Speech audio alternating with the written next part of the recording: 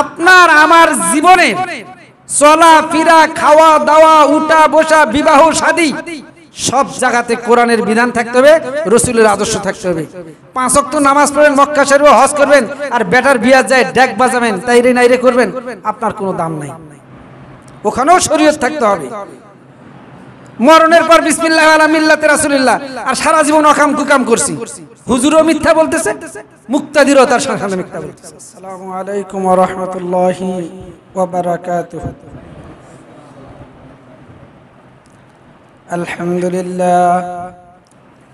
আলহামদুলিল্লাহি কাফা ওয়া সালামুন আলা ইবাদিহিল্লাযীনা ইসতাফা, আম্মা বা'দ।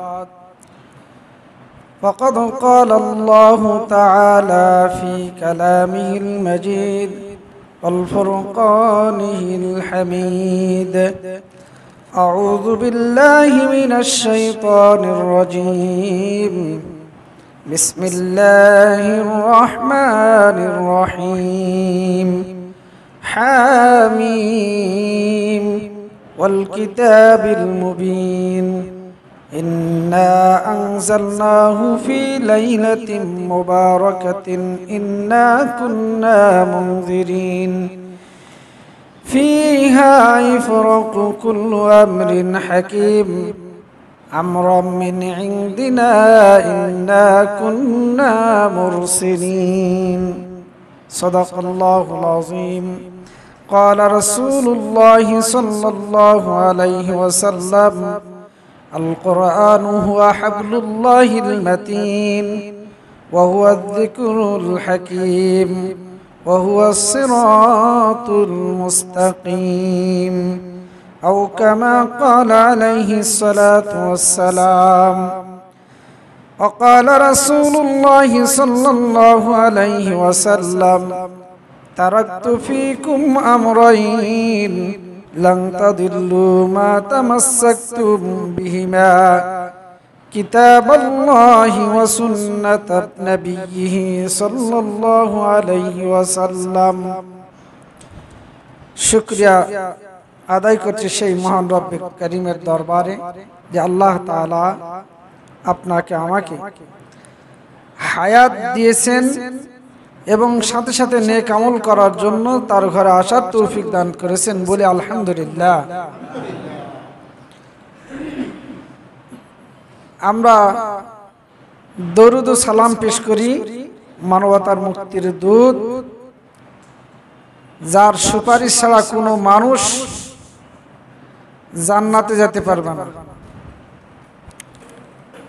যিনি আমাদেরকে পথ দেখিয়েছেন আল্লাহ পাকের পক্ষ থেকে, যিনি সমস্ত নবীদের সর্দার, সাইয়্যিদুল মুরসালিন, সাইয়্যিদুল আম্বিয়া, ইমামুল মুরসালিন, খাতামান নবিয়্যিন, তার উপর এবং তার আসহাব, তার আহলে বাইতদের উপর বর্ষিত হোক শত সহস্র সালাম, বলি সাল্লাল্লাহু আলাইহি ওয়াসাল্লাম। মানুষের সময় ব্যস্ততার মধ্যেই কেটে যাচ্ছে, আমরা খুব ব্যস্ত, আমাদের সময়ের খুবই দাম। আল্লাহর ঘরে আসলে দাম কম, আল্লাহর ঘরের বাইরে যখন থাকি তখন আমাদের সময়ের খুবই দাম। কিন্তু আল্লাহর ঘরে যতক্ষণ বসে থাকবো এই সময়ের যেই দাম, আর অন্য কোথাও এই দাম পাবেন? কারণ এখানে যতক্ষণ বসে থাকবো নামাজ পড়ার জন্য এসে বলছে, ততক্ষণ পর্যন্ত বসে থেকে আমি কিছু যদি নাও বলি, কোনো জিকির আজগার যদি নাও করি, যদি সে বসে থাকি নামাজের অপেক্ষায়, তো আল্লাহ তাআলা এই মাঝখানের সময়টুকুতে ইবাদতের মধ্যে গণ্য করে নেবেন। সুবহানাল্লাহ বিহামদিহি। অথচ এখানে আসার পর আমাদের ব্যস্ততা বেড়ে যায়, অনেক বেড়ে যায়। আরে ভাই, আমার কি বিশ্বাস আছে এই সিঁড়ি বেয়ে নিচে আসতে পারবো? নাই। আল্লাহর কাছে বলা যে আল্লাহ সর্বহালতে এই কথা বলা যে আল্লাহ আমার মউতটা যখন হয় নেক আমলের মধ্যে, সুবহানাল্লাহ, কিসের মধ্যে? নেক আমলের মধ্যে। আল্লাহ দেখবে আমার বান্দা নেক আমল করতে করতে মারা গেছে, আমার জীবনে অনেক গুনাহ থাকতে পারে, হয়তো আল্লাহ এর দ্বারাই মাফ করে দিতে পারেন না। আপনার আমার গুনার চাইতে কি আল্লাহর রহমত ছোট? আল্লাহ তাআলা বলছেন এমন কোন গুনাহ নাই যেটাকে আমি ক্ষমা করব না, এমন কোন গুনাহ নাই, তবে সেটা কবরে যাওয়ার আগ পর্যন্ত, কবরে যাওয়ার মৃত্যু আসার আগ পর্যন্ত। মানুষ যদি শিরক করে, কবিরা গুনাহ করে, সগীরা গুনাহ করে, জাহিরি গুনাহ, বাতিনি গুনাহ, এককভাবে গুনাহ করেছে, সামাজিকভাবে গুনাহ করেছে, যত প্রকার গুনাহ করুক না কেন, এই মানুষটা যদি এই গুনাহগুলোর থেকে তওবা নাসুহা করে, আল্লাহ বলে বান্দারে আমি আল্লাহ তোমার গুনাহগুলোকে মাফ করে দিব। শিরকের গুনাহ আল্লাহ মাফ করে দিবে। দেয়নি সাহাবাদেরকে? সাহাবারা শিরক করতেন না? আল্লাহ সব গুনাহ মাফ করে দিবে। হযরত উমরের আমলে এই ঘটনা আমরা হয়তো অনেকে জানি যে আল্লাহ তাআলা কোরআনুল কারীমের মধ্যে মদের আয়াত নাজিল করেছে, মদ হারাম করছে। এক যুবক যাইতেছে, যুবকের হাতে একটা বোতল, তো যুবককে জিজ্ঞেস করলেন হযরত ওমর রাদিয়াল্লাহু তাআলা আনহু, তখন তিনি আমিরুল মুমিনিন, বলছে ও যুবক তোমার হাতে কি? যুবক কি বলবে? যুবকের হাতে ছিল মদের বোতল। তো যুবক বলে ফেলছে এটা তো দুধের বোতল। যুবক ভয়ে কি বলে ফেলছে? কারণ স্বয়ং কার সামনে দাঁড়াচ্ছে? আমিরুল মুমিনিন। শুধু আমিরুল মুমিনিন নয়, ওমর রাদিয়াল্লাহু তাআলা আনহু, যার ফয়সালাকে আল্লাহ তাআলা কোরআনুল কারীমের মধ্যে সমর্থন করেছেন। শয়তান জাগ দিলে দূর দিয়ে দৌড়ে যায়। এমন একজন বাদশার সামনে যখন পড়ে গেছে, ন্যায় পরায়ণ, তো যুবককে বলছে তোমার ওটা আসলে কি দুধের বোতল?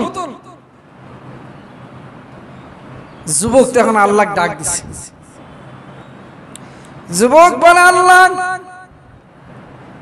স্বয়ং আমিরুল মুমিনিনের সামনে পড়ে গেছি, আল্লাহ আমার হাতে তো দুধের বোতল নাই, আমি তো বলেছি মদের বোতলকে দুধের বোতল বলে ফেলেছি, কিন্তু উমর তো আমার হাত থেকে এটা দেখতে চাই। আমিরুল মুমিনিন নাসুর বান্দা দেখেই ছাড়বে। আল্লাহর কাছে ডাক দিয়ে বলে আল্লাহ এই উমরের হাত থেকে তুমি আজকে আমাকে প্রাণে বাঁচাই দাও। আল্লাহ জীবনে কোনোদিন মদের বোতল দুনিয়ায় বেঁচে থাকাকালীন হাতে নিব না, মদকে তওবা করলাম। দুনিয়ার কোনো মানুষ শুনেছে? ওমর বলে যুবক কি হলো দেখো, কি বলো তুমি বুনবুন করে। এবার যুবক কাঁপতে কাঁপতে, যুবক তো মনে করছে আমি শেষ, কাঁপতে কাঁপতে হাতটা বাড়ায় দিয়েছে। আল্লাহু আকবার। দুধের বোতলেই আল্লাহ তাআলা মদের বোতলটাকে দুধের বোতলে পরিণত করে দিয়েছে। সুবহানাল্লাহ। আল্লাহ বলে যুবক তোমাকে বাঁচাইতে গিয়ে, তোমার দোয়া কবুল করতে গিয়ে, তোমার তওবাকে কবুল করতে গিয়ে আমি আল্লাহ মদের বোতলটাকে দুধের বোতলে পরিণত করে দিয়েছি। তো আল্লাহ তওবা করার জন্য বসে আছেন। তা আপনি আমি তওবা করব, সবসময় বেশি বেশি নেক আমল করব, আর আল্লাহর কাছে বলবো আল্লাহ জীবনের গুনাহগুলো মাফ করে দাও, আর নেক আমল করতে করতে যেন আমি দুনিয়াতে যাইতে পারি, এই তৌফিক তুমি দাও। কিন্তু জুমার নামাজ এখানে আসলে আমাদের ব্যস্ততা কি হয়? বেড়ে যায়।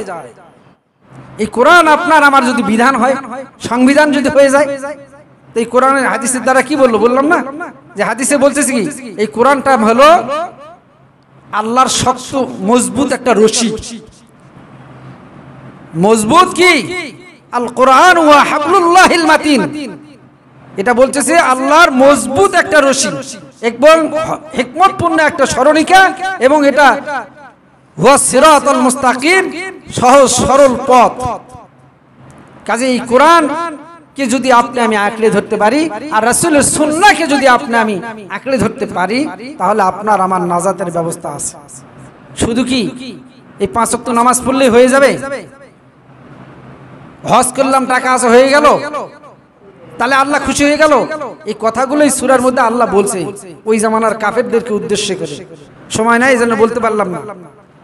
মূল কথা হলো আপনার আমার জীবনে চলা ফিরা, খাওয়া দাওয়া, উঠা বসা, বিবাহ শাদী সব জায়গাতে কোরআনের বিধান থাকতে হবে, রাসূলের আদর্শ থাকতে হবে।